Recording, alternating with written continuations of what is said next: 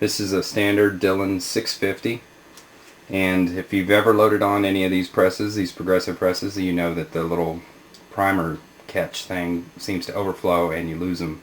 They fall all over the floor. So what I've done here is I've taken a 38 Special or a 357 Magnum brass casing, cut the rim off, and then flared out the I guess would be the neck, and basically removed that black, whatever that is, I forget what it's called, that piece of the Dillon press, and wedged it up in there after you flared it, and then slipped this tubing over the end of it, and the the 38 or the 357 seems to fit pretty well. And then I'll run this tube down here to a bottle underneath the bench, and so my expended primers go right through that tube and into there, and no more emptying of the little canister, and no more primers on the floor. This particular press right here is set up for the 40 Smith & Wesson, and I'm using some bullets called Precision. They're made in Kemp, Texas. It's a lead bullet with a plastic coating, and it seems to run a whole lot cleaner than lead. Not as clean as, say, a jacketed bullet or a plated bullet, but they run pretty clean, and the price is pretty good. At least they used to be. Everything's gone up, as you know. And on the dies, for the Dillon 650, you get 5 places for dies. I got a mix of dies. It just kind of falls out that way. But for my sizing die is a EGW. I believe it's I can't remember, oversized or undersized sizing die. I think what EGW does is they buy a Lee factory crimp die, and they mill it down so you can actually put the case further up inside the resizing die, and that helps remove the bulge from the 40 caliber Glocks if you're picking up brass from the range. So that's the first stage. Second stage bells it out, puts the powder in. Third stage puts the bullet on. You manually do that. Fifth stage, or fourth stage, I don't have anything on. Fifth stage is a Lee factory crimp die, and what that does, it seems to squeeze the entire round down to factory specs. I find this to allow your bullets to chamber a whole lot easier than normal. Anyways, it's increased my yield using these two dies in conjunction, with the progressive press. I've got all kinds of, I'd say 97% yield as far as what I call a good bullet, and I'll go over that here in a minute. The Dillon 650 can use a case feeder. Right now I just have the tube set there, but no case feeder. It's actually on the other one. So as we come over here, I have an additional 650 set up, and these case feeders are about $175, I think. So what I do is I just swap them back and forth, because you'll never be loading the same one machine in it. You can't load 2 machines at once unless you're just badass. But anyways, this one over here is set up for the 45 ACP. Alright, there's tons of accessories for the Dillon 650. There's some that use a powder check die so that you make sure that you always have your powder in there. I use a light, and I just look at the bullet. I look at that case before I actually put it in there.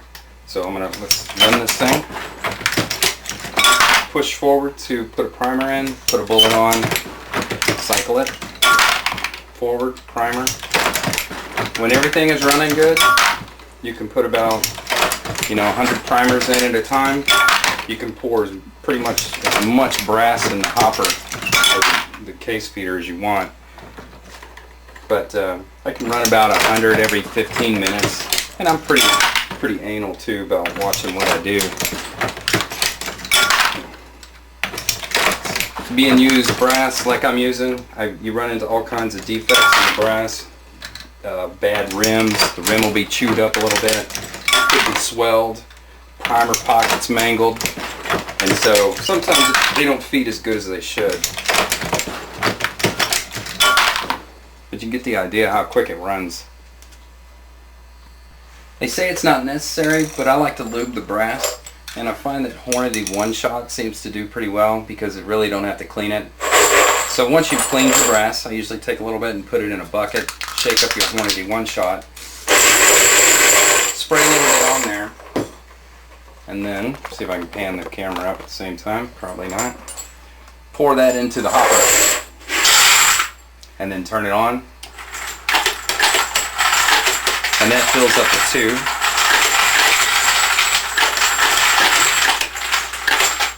And that seems to keep your arm from getting worn out too by just lubing that case. One thing I find that's very essential is making sure your quality is good. Because if you're in competition, the last thing you want is a bad bullet to cause you a jam, and it just hoses you up. You'll lose by 1/10 of a second, so a jam is basically death. So once I use these Dillon case gauges and drop it in, and from my view, it should go in nice and flush. You should fill the primer. Should make sure it's not high, because we're not cleaning primer pockets on these bullets like you would in a rifle case. I'm almost running out of film here on my camera, so I'm going to go kind of quick. So I sit there and watch TV and check that. This one here doesn't quite fall in nice and flat. I guess the litmus test, or whatever you want to call it, is try it in the barrel of your gun. Take your gun apart, take the barrel out, and drop it in. If that works, then it should be good to go. Definitely, if it does not fit in the barrel of your gun, it will not run in the gun. But these case gauges are way much tighter tolerances than your gun. A lot of these, they will fit into the gun. But for competition's sake, if it doesn't go in and fall right back out, then it's not going in my gun. So even if you have to push it out with your finger. When you run out of primers, there's a little gizmo here on the top. This is where your primer thing goes in. This is a follower. Is you drop it in. I'm empty right now, but once it gets down to about here, when it gets that last few primers, it'll let you know that you're out. So basically you just pull that loose, and I have a few extra primer tubes over here, and we'll take one of those. Alright, back on the tripod. So anyways, take your new primer tube that you already filled up, got a little cotter pin here on the end, or we pull that out, the primers fall in. Usually about 1 or 2 may get stuck at the very top of this plastic. So then I just drop it in and make sure they go in there. And then put your little follower back in. And there you go. You got another 100 primers ready to rock and roll. As far as the powder system goes, I haven't really done anything to the powder system. The only thing I did do is on this one right here, I put this little finger adjustment knob, which kind of helps when you're changing around a lot. But on my other ones, I left the original factory bolt where you have to use a wrench to change it. And basically I have about 4 of these powder measurers, and this one here is set up for tight group. And once I've chronoed my loads for my 40 in this case, and I like them, I leave this powder thrower alone, and basically I'm only using it for tight group, and I only use it for the loads that I make. If I want to experiment with something else, I go over to this one here, do some adjustments on this, because I know this one's going to pass me on the chrono. And if you've ever failed the chrono like I have and had to give up a few positions in the race, it sucks. So you never want to fail that again. Little aftermarket light right here, it just shines down so I can see that there's powder in there.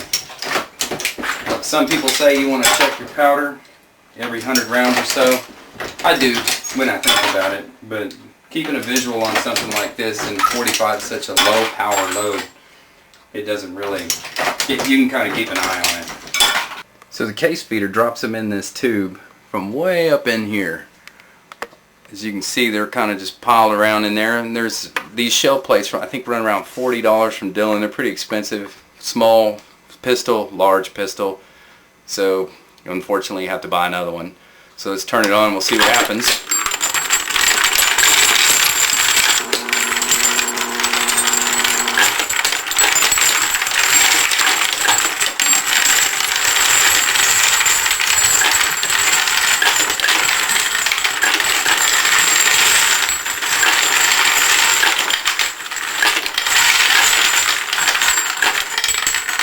And that's it. There's a little switch right here in the top, so once it gets to this top one here, it turns the switch on, turns it, or activates the switch and turns the case feeder off. And like I said, if you don't have a case feeder, you can drop them in manually and you only get about maybe 15, 20. You'd be finding yourself doing that a lot. Definitely spend the money on one of these, but if you have multiple presses, I wouldn't worry about buying more than one.